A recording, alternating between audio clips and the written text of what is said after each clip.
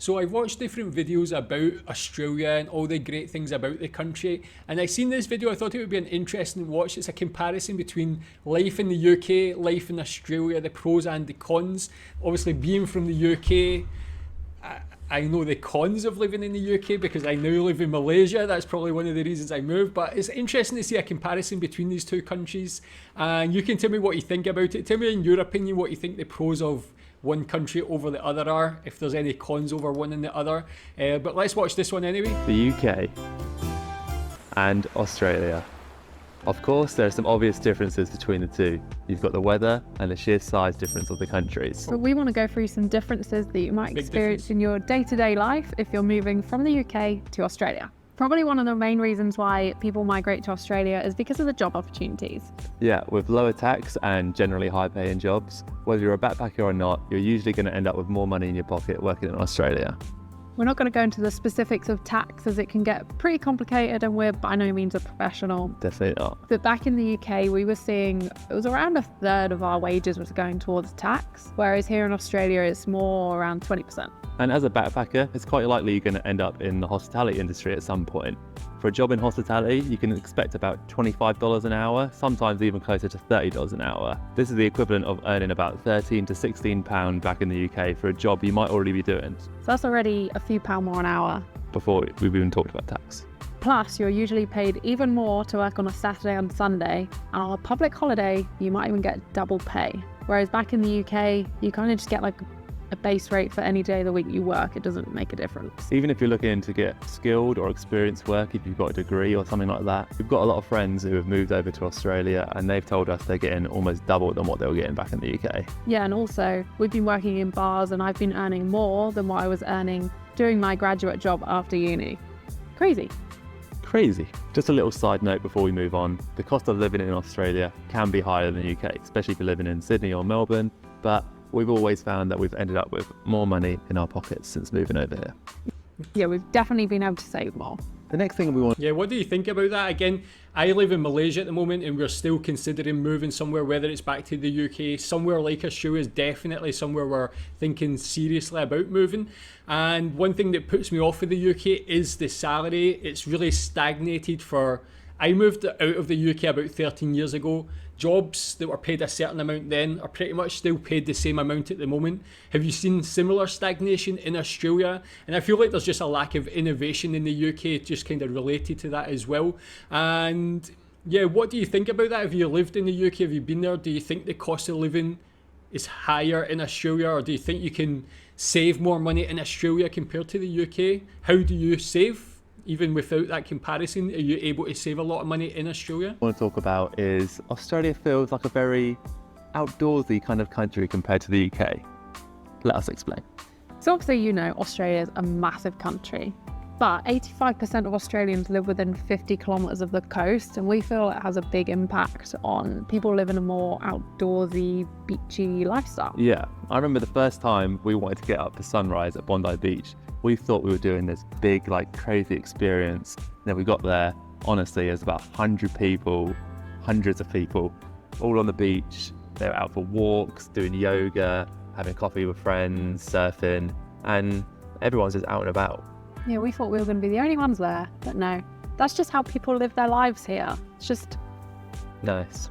Obviously, the weather is a lot better in Australia than the UK, but people are more inclined to go out camping and do all these kind of like outdoor activities. And if you really wanted to, even when the seasons change and it gets to winter, you could just move to a different state around Australia and you could chase the sun the whole year round. The dream. Also, there are some... Yeah, so that one definitely something I consider as well. Like in here in Malaysia, it's 32 degrees every day of the year, humid every day, from about 8 or 9 a.m. till 5 p.m. You really can't go outside and do anything, it's just too hot. Going back to the UK is almost to the extreme other side. My mum and dad are telling me at the moment it's still torrential rain. It's been like that for months. It's very depressing. It's grey.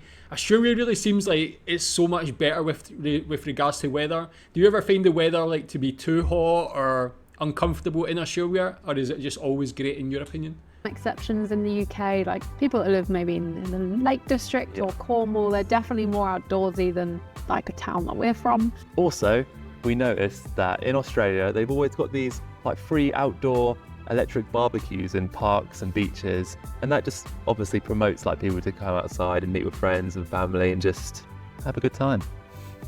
Next, we're going to talk. Yeah, those things, it really is a better quality of life in Australia, not even just compared to UK, but pretty much any other country. I don't think anywhere can beat it. And weather can play a part, but I think just having people all having a similar mindset where they want to be outdoor, they want to do things together, they have a lot of options to do things, I think that is missing in the UK. Talk about the healthcare systems. Now, don't get me wrong, I think both healthcare systems are amazing. We've got the NHS in the UK and Medicare in Australia. And I'm sure some Australians would say that the healthcare system here isn't perfect, but we're just talking from our experiences, and we feel that the healthcare system in Australia is a bit better than the UK. Yeah, definitely. Just from our experience, as we said, we would have to wait 3 weeks plus to get a GP appointment back home, which, you know, is nothing against the doctors. They're amazing, but there's just not enough staff. Whereas here, we've managed to get a doctor's appointment the same day, or if not, the next day. It's been amazing. And we also had friends talk to us about hospital appointments or needing to go to A&E, and they've always been seen like really quickly, really efficiently. Yeah, very, very good. But the only thing is, in the UK, all ambulances are free, whatever you need. Whereas here, no, they're not free. Luckily, we haven't had to experience it, but if you do have to call an ambulance, it can cost around $1,000. Which is crazy. Yeah, a lot of people take out ambulance insurance to cover them for that, but If you don't know about that, then money. Okay, that's actually something I've not heard in any other video before. I never knew you had to pay to get an ambulance. Is that something you've ever had to experience? Do you have the insurance? Do you have like a general health insurance that also includes that as well? I guess in the UK it's something we take for granted. I never really thought you had to pay. I thought only the US you would have to do that. And yeah, what they mentioned with regards to getting like an appointment with a GP is a laborious exercise in the UK. As you said, it can take weeks, which by the time you do that, you're either recovered or you're dead, I guess. But Australia in that respect seems a lot better, and it's similar here in Malaysia. You can always get a same day appointment. There's a lot of private clinics and things like that for good prices. Hey, real quick, are you thinking of moving to Australia, or you just like to see some more Australia content? think I Then why am. don't you go down under this video and click subscribe. wow. Next, we're going to talk about travel, and both domestic and international travel are very different between the two countries. Yeah, when we're talking about the UK, I'd say it's very well connected, both internationally and domestically. You can pretty much get a train anywhere around the country, but they are so expensive. Yeah, like a train from London to Manchester, which is pretty much across England. It's going to cost you like £50 or something like that. Whereas we got a train from Sydney 2 hours outside of the city, and it cost us $5. That's actually like less than £3. So we just thought, why are trains so expensive in the UK? Yeah, it's not fair. But when it comes to public transport, the UK definitely wins. The London Underground, in my opinion, is the best. You can pretty much get anywhere around London. Guarantee there'll be a tube station or a bus station that will get you there. When it comes to international travel, the UK is pretty well situated for this. You can get a plane anywhere in Europe for quite cheap, and it's only going to take you sometimes less than an hour. Whereas Australia, you're obviously so far connected from everywhere else, you can't exactly just go on a little weekend trip somewhere, can you? It's going to cost you a lot, and it's going to take you quite a while to get there. Next, we're going to talk. Yeah, that one is one thing that I love to travel, like around Asia.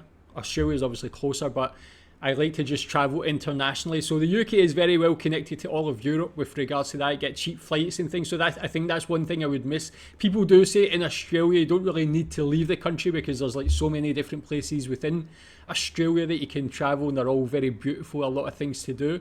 But do you ever miss traveling internationally?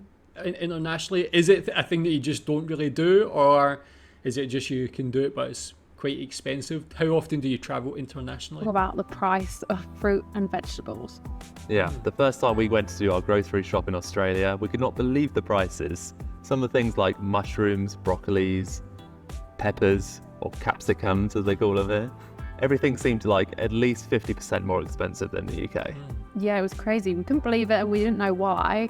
But now it makes sense because pretty much all the fruit and veg that is sold in Australia is grown in Australia. So obviously they have to pay a fair wage and all that stuff. Whereas in the UK, Apparently, 80% of fruit and over half of vegetables are imported to the UK. That's true, Which isn't actually, great. yeah. It's not good for the environment, but I think that's why it's so much cheaper, because they must import them from cheap countries. Yeah, and if something goes out of season, then they just find it somewhere else cheaper in the world. Yeah. Whereas Australia, it's just all very seasonal. So like, for example, broccoli, if that's not in season, you could be paying 2, 3, even more times Yeah. price. Sometimes it's over $10 a kilogram for broccoli. Not at the minute, it's in season. Go buy some broccoli. Does that make it difficult to eat What? healthy all the time That was in weird. Australia? So the only thing is, it does make it quite hard to eat both healthy and on a budget, Speaking Sorry. about being healthy or not healthy. or not healthy, the next thing we're going to talk about is chocolate. The chocolate here is just really not that good. For real. It's crazy. Like it has a weird waxy texture when you eat Yeah. it. Like it doesn't melt That's in your similar mouth here in like Malaysia, it does actually. with chocolate Yeah. back I think it's home. because of the weather. But we don't know if maybe. this is like an urban myth or whether it's true. But apparently they add something to the chocolate so it doesn't melt as Yeah, much I as think that's like why, the actually. UK Yeah, because chocolate. it's hotter in Australia, obviously. Yeah. But the thing is, like when you're in the supermarket, they've got a good selection of chocolates, like loads of different crazy flavors, and it looks really appealing. But then you try it, it just no. Doesn't hit the spot. Lastly, the most important thing, the sizes of beer here. The first time we ordered a beer here, we were like, schooner? What's a schooner? Obviously in the UK, everyone just drinks pints and pretty much nothing else. Maybe a half pint. Maybe. Probably not. Schooner is 2/3 of a pint, and everyone drinks them here pretty much. When we first got here, we were like, what is that? Yeah, That's a weird size. But now we're converted. we're converted. Schooner is the perfect amount of beer, I think. Well, that's it. That's all we've got. These were just a few of the differences that we thought of. That was cool actually, because some of these things I've not heard on any other videos, like the chocolate, the beer size and stuff. I do enjoy a pint, but I guess maybe you can like you can not go as crazy when you drink smaller beers, unless you just drink a lot more beers for that. What about the cost of beer in Australia? Is it expensive? I know in certain parts of the UK, like London, a pint of beer can be very expensive. In Scotland, you can still get cheap ones. But yeah, tell me what you think about that. I think some interesting points I've not really seen mentioned on any other videos. Tell me if you agree with these things, if you disagree with any. Thanks.